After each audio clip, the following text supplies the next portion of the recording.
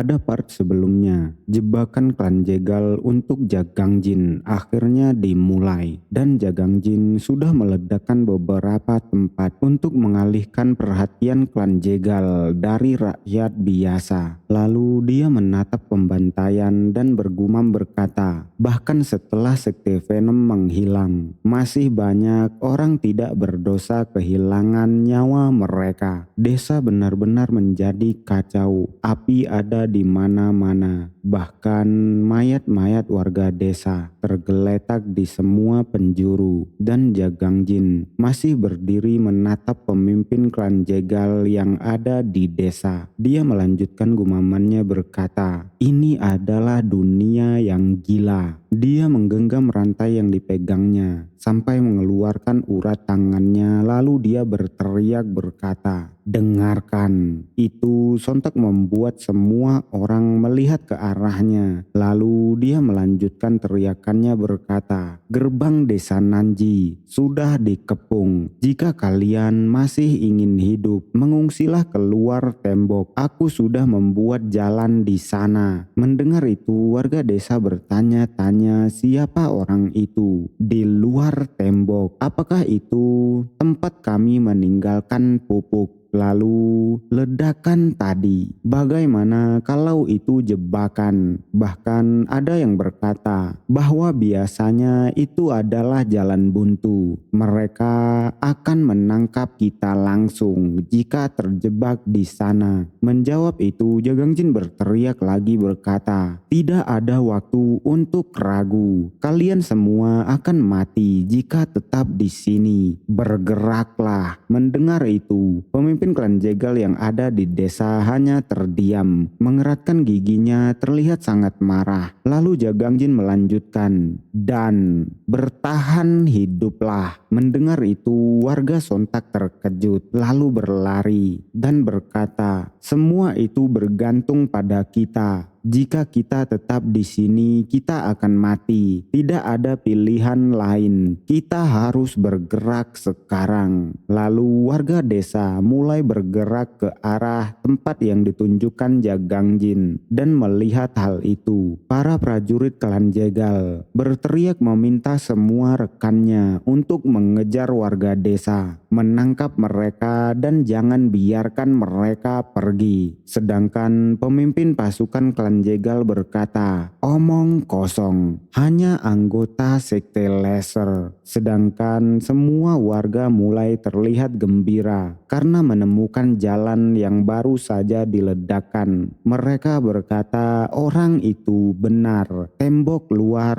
sudah runtuh. Kita bisa bertahan hidup, tapi baru saja keluar dari tembok. Pasukan klan Jegal yang menunggangi kuda berlari ke arah mereka berkata, jangan biarkan mereka pergi. Mendengar itu sontak membuat warga terkejut, tapi tiba-tiba sepucuk pisau kecil melayang, menancap ke leher pria itu. Itu adalah pria dari sekte laser. Dia berteriak kepada warga berkata, di sini jalannya. Semuanya lewat sini. Lalu dia tersenyum melanjutkan. Dia sibuk melakukan sesuatu sampai klan Jegal datang. Jadi ini yang dia siapkan. Dia sepertinya sudah hafal semua tempat di desa Nanji. Dia mengatur evakuasi penduduk dengan usahanya sendiri. Dan akhirnya penduduk bisa melarikan diri keluar dari desa Nanji. Melihat hal itu, pria yang selalu bersama Jegalmyeong berkata, kakak, aku akan menangkap mereka. Menjawab itu, Jegalmyeong berkata, sudah terlambat. Dan orang itu berkata, tapi saat ini rencana kita. Sayangnya sebelum pria itu menyelesaikan kalimatnya, Jegalmyeong yang kelihatan sangat marah berkata, ledakan itu cukup mengalihkan perhatian. Dan dia menunjukkan dirinya sendiri di atas atap. Ada banyak mata di gunung ini selain kita. Kita tidak perlu khawatir soal ocehan manusia rendahan. Tapi siapa sekarang yang mungkin sedang menonton? Jika kita mengejar mereka mereka dan tidak membunuh pincang racun, kita yang akan menjadi tersangka. Jika tindakan klan Jegal terbongkar ke publik, kerugian yang akan kita dapatkan lebih besar daripada keuntungannya. Mendengar itu, orang di sampingnya mengeratkan gigi, sedangkan Jegalmyong bergumam berkata, "Pincang racun sudah menghinaku berkali-kali, tapi tidak sepertimu yang sudah membunuh Yon dan orang-orang secara brutal, memiliki belas kasih kepada orang lain. Aku tidak tahu kenapa kau melakukan hal ini, tapi tidak akan kubiarkan kau kabur." Lalu dia berkata, "Mulai sekarang, aktifkan formasinya." Lalu kita dialihkan ke tempat Jagangjin, di mana pemimpin pasukan Jegal yang ada di desa sudah berada di belakangnya dan bertanya, "Apa kau dengar suara itu? Klan Jegal tidak lama lagi akan menangkap penduduk, tapi itu juga berarti tentara klan Jegal akan menangkapmu dan hanya dirimu. Jika kau tetap di sini, hidupmu akan sedikit lebih lama, tapi membiarkan penduduk melarikan diri, tidak seperti dirimu saja." Mendengar itu, Jagangjin hanya terdiam, lalu berkata, "Saat Yonbong berhadapan denganku, aku pikir ada sesuatu kesalahpahaman. Aliansi bela diri mungkin memberinya informasi yang salah." Mendengar itu, pria itu hanya terdiam. Lalu Jagangjin melanjutkan, "Saat seorang pria mengaku sebagai pamannya menghalangi jalanku, aku mengerti kenapa itu bisa terjadi. Itu karena diketahui bahwa Yonbong mati di tanganku. Tapi orang-orang itu adalah orang-orang yang kebetulan ada di sana, membunuh para penduduk dengan brutal." Jagangjin menoleh ke arah pemimpin Jegal dan berkata sembari mengeluarkan raut wajah yang sangat mengerikan, "Seberapa jauh klan Jegal sudah terjatuh?" Mendengar itu membuat pemimpin pasukan marah, lalu menodongkan senjatanya dan bertanya, "Apa maksudmu? Kau yang sudah memulainya. Beraninya pembunuh yang sudah membunuh Nona Yon mencoba menasehati kami." Merespon itu, Jagangjin berkata, "Bukan aku yang melakukannya. Bahkan jika aku melakukannya, tidak ada alasan orang-orang di sana ikut menderita." Mendengar ucapan Jagangjin, pria itu bertanya, "Apa kau bohong sekarang? Sekte Laser di belakangmu dan Nona Yon mati dalam rencana kotor Sekte Laser. Ini adalah perang antara Sekte Laser dan klan Jegal. Kerusakan tambahan tidak bisa dihindari dalam perang." Merespon pria itu, Jagangjin berkata, "Kerusakan tambahan katamu?" Dan menjawab itu sembari tersenyum. Pria itu berkata, "Benar, sepertinya Sekte Laser berencana memutuskan hubungannya denganmu, tapi tidak kami biarkan itu terjadi. Jika Sekte Laser tidak muncul, kami akan memalsukan Sekte Laser. Orang-orang di sini harus mati sebagai tumbal untuk membersihkan kejahatan yang lebih besar." Mendengar itu, Jagangjin berteriak berkata, "Berbohong pada dirimu sendiri tidak menghapus dosamu." Mendengar itu, pria itu berkata, "Kami tentara, kami selalu menepati yang kami ucapkan. Kenapa kau peduli pada mereka? Bukankah mereka orang-orang yang belum pernah kau temui?" Mendengar itu, saking marahnya Jagangjin sampai tidak bisa berkata-kata. Lalu setelah diam cukup lama, Jagangjin berkata, "Aku." Dia mengingat Mangryo dan melanjutkan, "Aku hanya merasa seperti mereka." Mendengar itu, pemimpin pasukan hanya terdiam. Lalu Jagangjin melanjutkan, "Jadi, kau bukanlah apa-apa kecuali boneka. Aku mengerti. Jagang Jin terlihat sangat marah sampai mengeluarkan aura membunuhnya. Lalu melanjutkan, "Aku akan menyingkirkan rasa bersalahku saat aku hanya membunuh boneka." Mendengar itu, pria itu menjentikan jarinya sembari tersenyum dan berkata, "Sudah terlambat." Dan karena jentikan jarinya, para bawahannya mulai menyerang Jagang Jin, melompat ke arah Jagang Jin dengan senjata dan berteriak berkata, "Matilah." Merespon itu, Jagang Jin hanya terdiam. Lalu berkata pelan, "Gaya bulan pertapa." Dengan sekali tebasan, dia membunuh 4 orang yang ada di sekitarnya, sembari berteriak berkata, "Quadruple Lunar Strike." Darah-darah para pria yang ditebasnya sampai muncrat ke arah pemimpin pasukan, membuatnya terkejut melihat bawahannya sudah mati hanya dalam waktu singkat. Lalu Jagang Jin menatapnya dengan tatapan yang sangat tajam. Itu sontak membuat pria itu ketakutan, tapi tanpa bisa merespon. Jagang Jin sudah menangkap senjatanya dengan rantai Jagang Jin, membuat pria itu terkejut dan tidak mau membuang-buang waktu. Jagang Jin melesat ke arah pria itu sembari berteriak berkata, "Illegal capture hand." Lalu dia mencengkram rahang pria itu dan melanjutkan, "Dragon Binding Grip." Hal itu sontak membuat pria itu terbatuk, tidak bisa berkata-kata. Dia hanya bisa berkata pelan, "Sudah kuduga." Sebagai senjata andalan sekte laser. Tapi ini sudah berakhir. Walau sudah terpojok, pria itu masih bisa tersenyum. Lalu dia melanjutkan, "9 istana dan 8 formasi klan Jegal. Tidak ada harapan bagimu bahkan jika kau membunuhku. Kau sudah terjebak di labirin ini. Kau akan perlahan-lahan."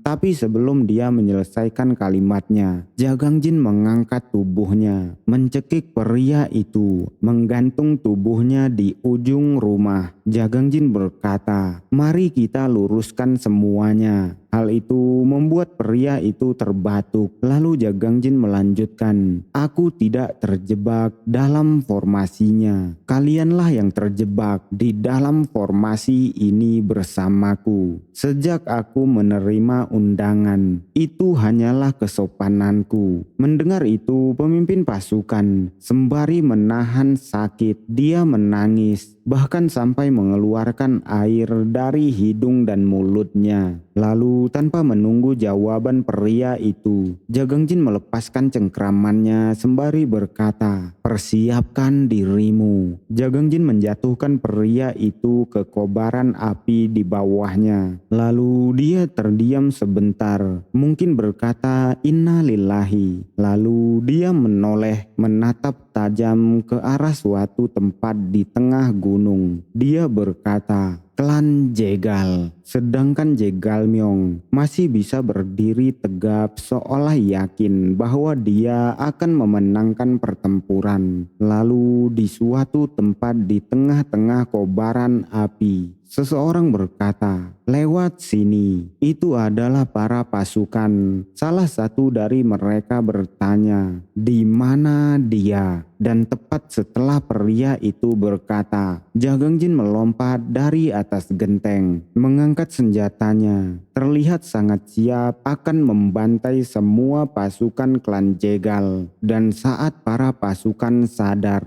bahwa Jagang Jin ada di belakang mereka, salah satu dari mereka berteriak berkata, "Pincang racun." Tapi sebelum dia menyelesaikan kalimatnya, Jagang Jin menebas dadanya, membuat pria itu hanya bisa berteriak, memuntahkan darah dari mulutnya. dan memanfaatkan hal itu. Jagangjin menebas rekannya, dan setelah pria itu dapat membuka matanya, senjata Jagangjin sudah tepat berada di depan wajahnya, membuat pria itu terkejut dan langsung hilang dari dunia. Dan di sisi desa lainnya, 4 pasukan melirik ke kanan dan ke kiri, mencari Jagangjin dan berkata, "Dia tidak akan bisa pergi jauh. Cari di sekitar sini." Sedangkan Jagangjin sudah menunggu mereka. Sembari melihat mereka dari kejauhan, Jagangjin bergumam berkata, "Aku menyembunyikan diriku di dalam asap, tapi pengejaran tidak ada habisnya. Musuhku adalah para tentara itu. Aku harus merusak formasinya untuk mengalahkan mereka. Tidak peduli seberapa sempurna formasi itu. Jika manusia yang membuatnya, pasti masih punya kelemahan." Lalu Jagangjin muncul dari dalam asap di belakang salah satu pasukan klan Jegal, lalu mendekap mulutnya, membuat pria itu tidak bisa berteriak, dan langsung menggorok leher pria itu, membuat pria itu hanya bisa menggerang kesakitan. Dan Jagangjin masih membungkam mulutnya sampai dia benar-benar yakin bahwa pria itu sudah benar-benar mati, lalu melemparkan pria itu ke dalam kobaran api, lalu bergumam berkata, "Aku harus mengurangi jumlah mereka satu persatu dan mengetahui aliran keseluruhan dari." Tapi sebelum dia menyelesaikan kalimatnya, suara teriakan terdengar berkata, "Sekutu sudah jatuh." Hal itu membuat Jagangjin terkejut. Lalu seorang pria berlari ke arahnya, mencoba menebas Jagangjin, tapi Jagangjin masih bisa menghindari serangannya dan langsung membalas serangan itu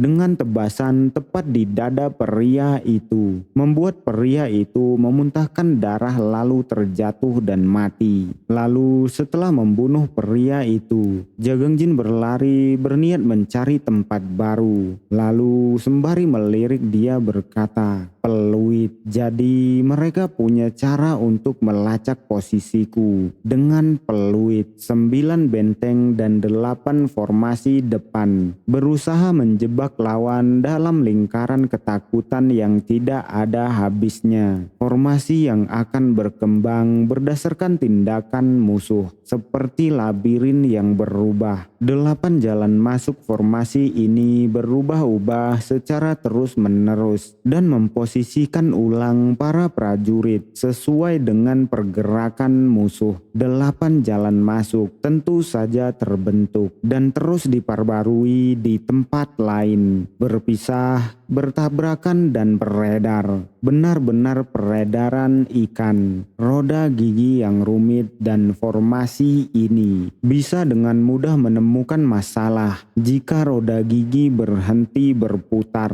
Dengan cara ini, pengguna formasi bisa mengetahui posisi musuh, dan mereka pelan-pelan mendorong musuh ke tempat terkuat dari klan Jegal yang disebut Death Gate dan benar-benar memusnahkan mereka di sana. Semua jalan yang aku pilih adalah kematian. Dan tiba-tiba seorang pria sudah mengangkat senjatanya, mencoba menebas Jagangjin. Hal itu membuat Jagangjin terkejut, tapi untungnya dengan refleksnya Jagangjin menarik rantai yang dipegangnya, lalu menangkis serangan pria itu. Tidak hanya menangkis, Jagangjin bahkan mengubah arah serangan pria itu, mengubah posisi Jagangjin menjadi berada di belakang pria itu. Tidak membuang waktu, Jagangjin langsung menangkap senjatanya dan langsung menebas pria itu, membuat pria itu berteriak sangat kesakitan, memuntahkan darah dari mulutnya lalu terjatuh kehilangan nyawanya. Melihat itu, Jagangjin yang terlihat mulai kelelahan bergumam, "Aku sudah sampai sejauh ini dari tempatku memulai. Aku merasa seperti digiring ke suatu tempat. Jika aku tetap bergerak seperti ini, aku akan akan jatuh ke tangan mereka.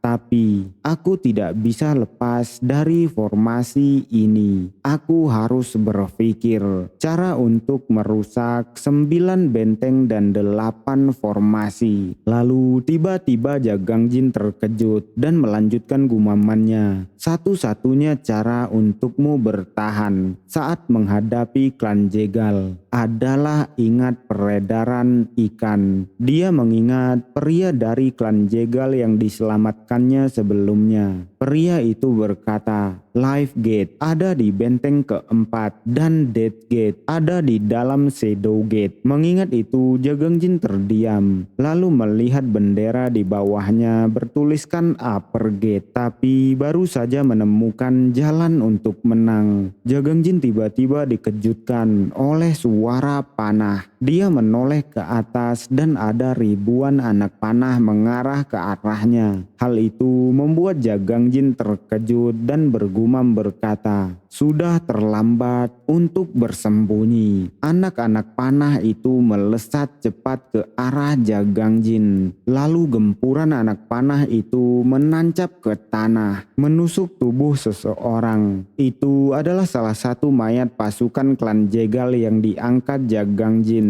untuk melindungi tubuh Jagangjin, menjadikan pria itu sebagai tameng. Meski terlihat sangat kesulitan, Jagangjin tidak terkena panah satupun. Lalu pria bersama Jegalmyeong berkata, kami sudah memerintahkan mereka untuk menembakkan panah. Merespon itu, Jegalmyeong berkata, dia tidak akan mati karena itu. Dia pasti masih hidup. Pancing dia ke Shadow Gate. Firasat tua bangka itu benar. Jagangjin masih belum mati. Dia masih bisa menghindari semua anak panah, lalu berlari melompati tembok, menghindari serangan panah yang masih berlanjut. Sayangnya ada penjaga di balik tembok. Melihat itu, Jagangjin terkejut, tapi untungnya tubuh Jagangjin sudah mulai terbiasa dengan seni bela diri dan langsung menghindari tebasan pria yang ada di depannya dengan merunduk. Lalu sembari berdiri dia menebaskan senjatanya ke atas,